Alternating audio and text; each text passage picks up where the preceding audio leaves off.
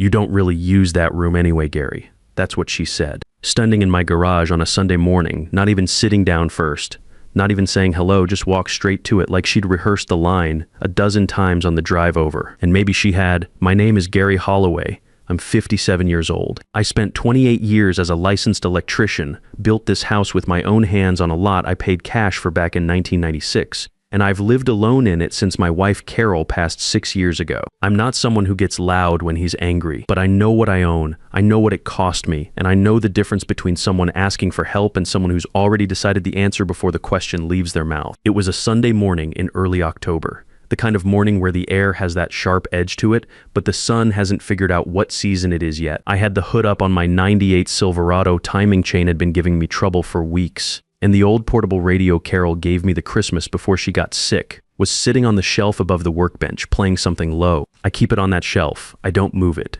Some things you just leave where they belong. The garage door was open to the driveway. The maple out front had gone deep orange. My coffee was on the workbench going cold, and it was exactly the kind of quiet Sunday morning I'd built my retirement around. Nobody wanting anything, nowhere to be, just me and a problem I could solve with my hands. Then I heard tires on the gravel. Scott's car. A 2021 Jeep Grand Cherokee Silver leased. I'd noticed that detail when he first pulled up in it last spring and said it was new. He'd changed the subject fast. I'd filed it away without saying anything. He came in through the open garage door with Lorraine right behind him. She had that look she always gets when she walks into a space scanning, cataloging, like she's doing a quiet inventory of everything in the room. Scott said, "Hey." He didn't quite meet my eyes. Lorraine smiled and said, "Good morning," and then, before I'd even set down the socket wrench, she said it. "We just need the upstairs room, Gary. You don't really use it anyway." I set the wrench on the workbench, slowly.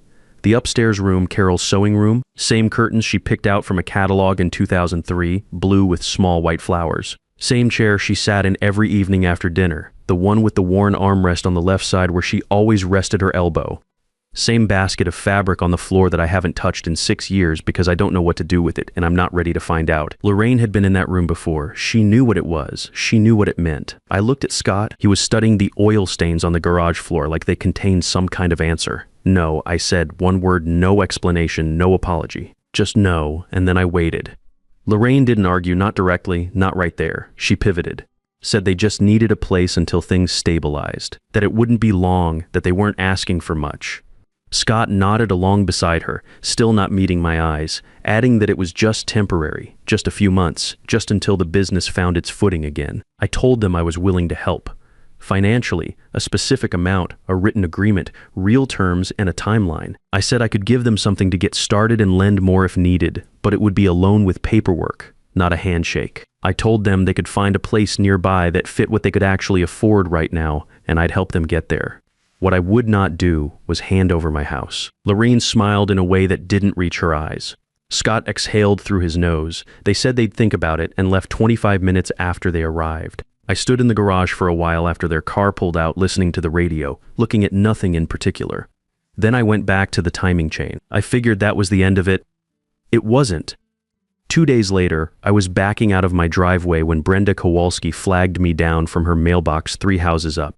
Brenda's a retired school teacher who's lived on this street longer than I have. She leaned toward my window with a warm smile and said, "Gary, it's just wonderful that Scott's moving back in. You won't be rattling around in that big house alone anymore." I kept my face neutral. "Where'd you hear that, Brenda?" She blinked. Well, Lorraine posted something in the neighborhood group, said they were excited to be close to family again. I thanked her, said I had an errand to run, and drove to the hardware store on Route 9. I sat in the parking lot for a few minutes before I went inside. I pulled out my phone and found the Millbrook Neighbors Facebook group. Lorraine's post was near the top. So grateful to finally be getting settled near family. Can't wait to be close to home again. She'd tagged the neighborhood group, tagged Scott, tagged the street name. 47 likes. A string of comments from people I'd known for 15 and 20 years. "Congratulations, how wonderful, so happy for you. Gary must be thrilled." I read through every comment. She hadn't called me, she hadn't texted, she'd come to my garage, heard no, driven home, and told the whole neighborhood yes anyway. She wasn't confused. She wasn't optimistic. She was building a record, a public story that would make it harder for me to hold my ground without looking like the one who'd changed his mind. I put the phone in my pocket and went inside to buy what I came for. But something had shifted in how I was thinking about all of this. That evening I did something I hadn't done in almost 2 years. I went through the boxes in the closet off the kitchen. The ones I'd packed up after Carol died and never fully dealt with. Old utility bills, appliance manuals, insurance papers she'd sorted and labeled in her neat handwriting. Carol kept everything. She had a system I never fully understood while she was alive, and afterward I just put the boxes in the closet and closed the door. I wasn't looking for anything specific, I was just moving through things. The way you do when your mind is working on a problem and your hands need something to do. I found it in the second box, near the bottom, folded inside an old envelope. A piece of nota paper with Carol's handwriting at the top, Scott and Lorraine, October, and below it a simple handwritten agreement, $8,000. Dated 4 years ago, 3 months after the wedding. Lorraine's full signature at the bottom, Scott's initials beside hers, a line that read, to be repaid within 12 months. I sat at the kitchen table and held it under the overhead light. Carol had kept it, labeled it, filed it where it could be found. She didn't say anything to me about it at the time, didn't want to make it a thing between us all, same as me. But she'd written it down and put it somewhere safe, because Carol understood that the truth has a way of needing to show up eventually. She wanted it to be able to. 8,000 4 years ago. Not one payment, not one mention. I set the paper carefully on the table, smoothed the fold, and looked at it for a long time. Then I got up, poured a glass of water, and started thinking about who I needed to call. The first call was to Philip Durbin. We'd played on the same baseball team in high school, lost touch for years, reconnected at the Rotary about 8 years back, and stayed in contact. Philip has been a financial advisor for 31 years. I didn't ask him to look into anything officially. I just described the general situation, adult kid, struggling business, asking to move in, and said I was trying to understand the shape of what I was dealing with. Philip didn't need names. He told me what patterns he watches for when someone's finances are closer to the edge than they're letting on. Multiple revolving credit accounts sitting near their limits, lease agreements on vehicles that should have been purchases, business loans with no clear repayment structure, spending that stays flat or keeps climbing while income is falling. He said when those things show up together, the fall isn't a future event, it's already happening in slow motion. People in that position often don't see how close they are to the bottom until the thing they were counting on to catch them isn't there. I thanked him and told him I'd see him at the next Rotary meeting. The second call was to Neil Carver. Neil runs the hardware store on Route 9 where I've been buying supplies for 20 years. I wasn't calling to ask him anything specific, just checking in, the way I do every few weeks. About halfway through the conversation, Neil mentioned almost as a side note that a woman had been in earlier that week asking about interior paint samples. Said she was thinking about refreshing a bedroom somewhere. He described her without realizing it meant anything. It was Lorraine. Neil had no idea what he'd just told me. He was just making conversation. But I knew exactly which bedroom she'd been mentally redecorating. The one with the blue curtains and the worn chair and the basket of fabric that hadn't been touched in 6 years. I thanked him and hung up. I went back to the kitchen table, poured myself a second cup of coffee, and spent the better part of an hour putting the pieces together. The picture was clear enough. The business had been sliding for a while, not a sudden collapse, a slow one, the kind people convince themselves they can outrun if they just hold on a little longer. The debt wasn't new. The leased car was a signal. The $8,000 had never been paid back because at some point they'd quietly decided it didn't need to be. And my house, specifically Carol's room, had already been claimed in their minds long before they ever pulled into my driveway that Sunday morning. I wasn't angry. Anger wasn't going to solve anything. What I needed was to think clearly and move carefully, the same way I would approach any job that had more going on behind the walls than what showed on the surface. They came back the following Saturday, no call ahead, same as before.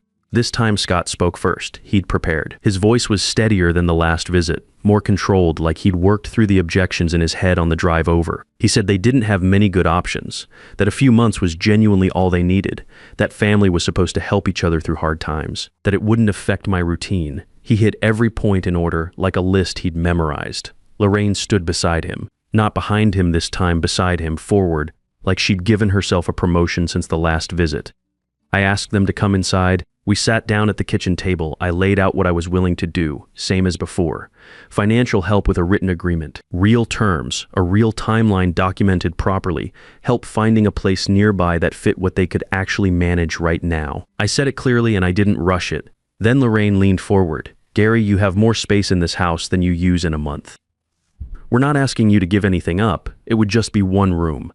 I looked at her steadily. It's not about the space, I said. It's about what the room is. She held my gaze. Carol's been gone 6 years. She would have wanted, don't, I said. Quietly, not sharp, not loud, just a single word with a wall behind it. She stopped. Scott looked at the table. I let the silence sit for a moment. Then I got up, went to the counter, and came back with the folded piece of note-a-paper Carol had kept. I set it down in the center of the table between us and didn't say anything.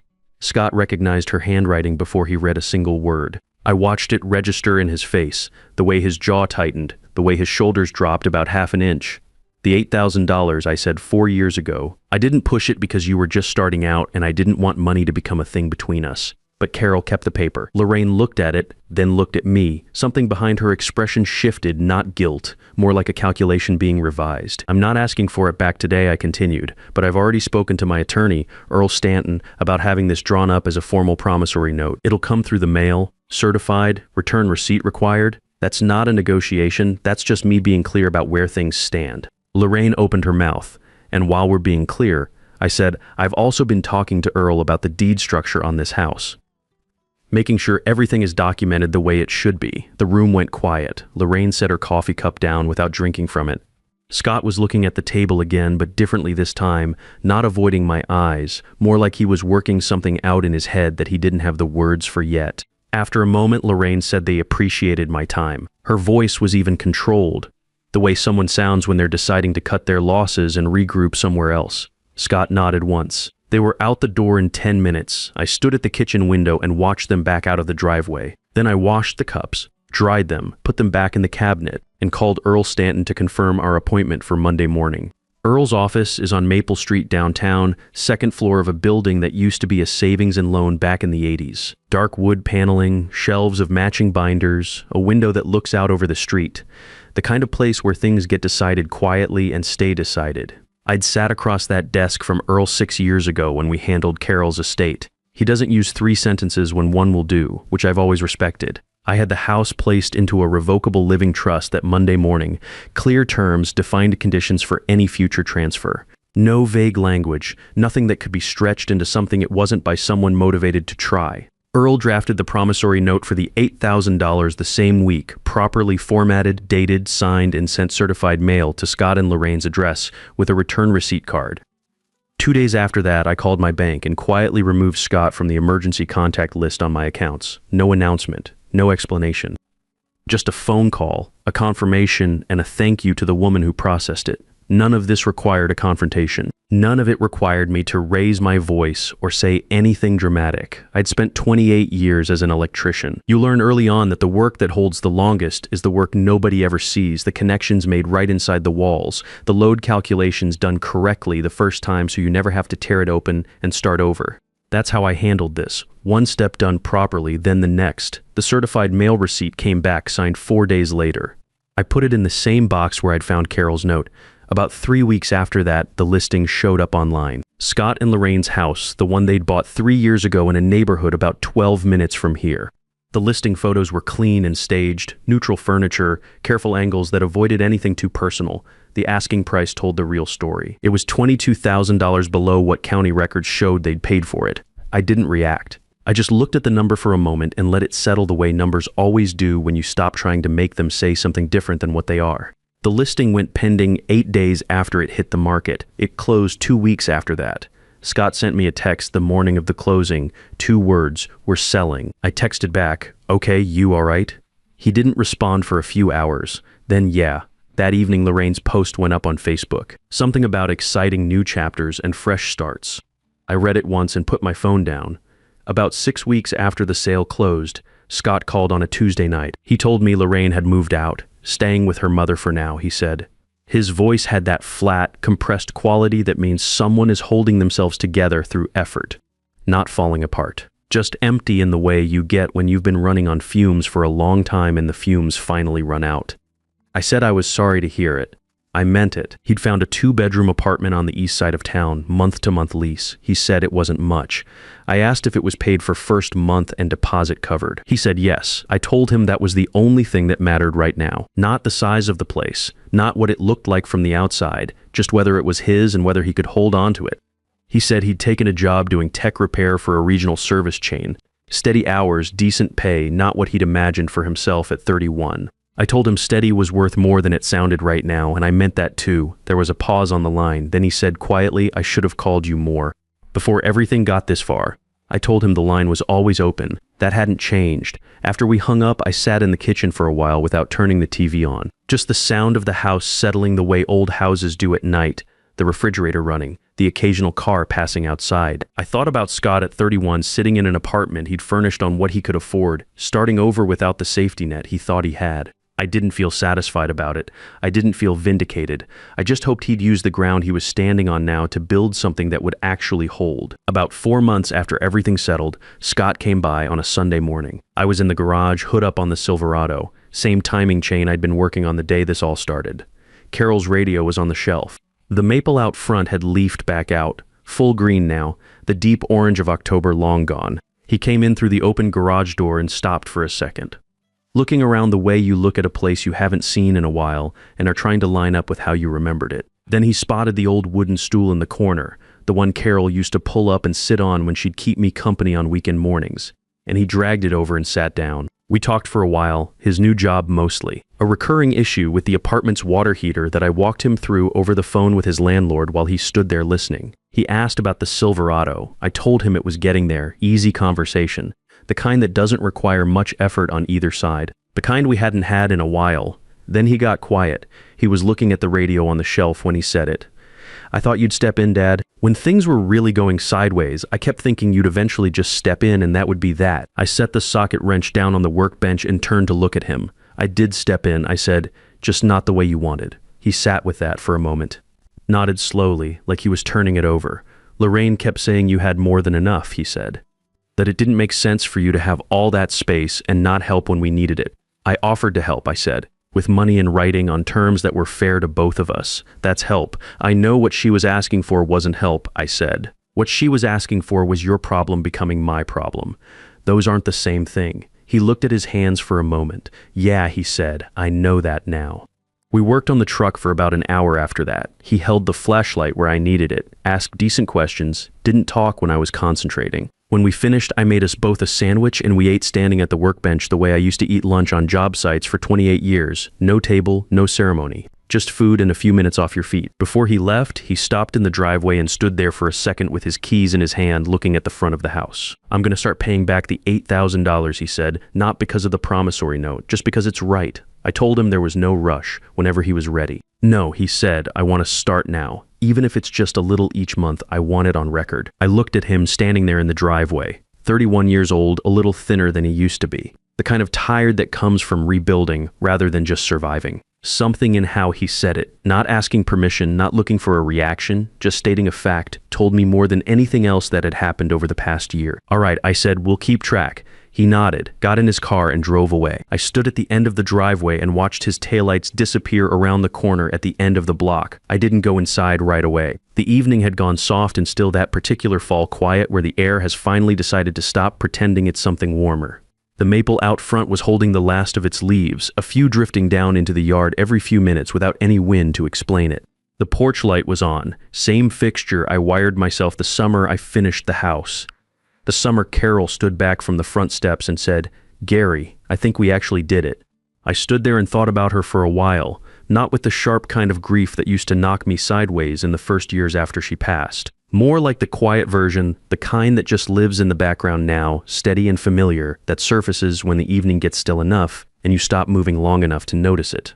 The kind that reminds you why certain things are worth protecting without needing to explain itself. She would have handled all of this differently. She would have sat at that kitchen table with Scott and Lorraine for 3 hours and found an angle I wouldn't have thought of, some way to help that felt warmer, that left everyone with a little more dignity. She was better at people than I ever was. She could read a room in about 30 seconds and figure out what everyone in it actually needed, which was almost never what they were asking for out loud. But she also kept that piece of paper. She wrote down the terms, got the signatures, folded it up, labeled it, and put it somewhere it could be found when it needed to be. Because she understood something I've come to believe more firmly the older I get, that loving someone and holding them accountable aren't opposites. They just look different from the outside depending on which one you happen to be watching at the time. I went back into the garage and reached up and turned off Carol's radio. The tools on the wall were in the order she'd put them. The last time she organized out here about a month before she got too sick to be on her feet much. She'd labeled every hook with a strip of masking tape and a marker. Said I'd lose everything if she didn't. She was right. I'd never moved a single one. I looked around the garage for a moment, the truck, the workbench, the shelf, the radio that was quiet now, and then I turned off the overhead light and walked inside. The house was still paid off, in trust, protected by documents that said clearly and permanently what it was and what it wasn't.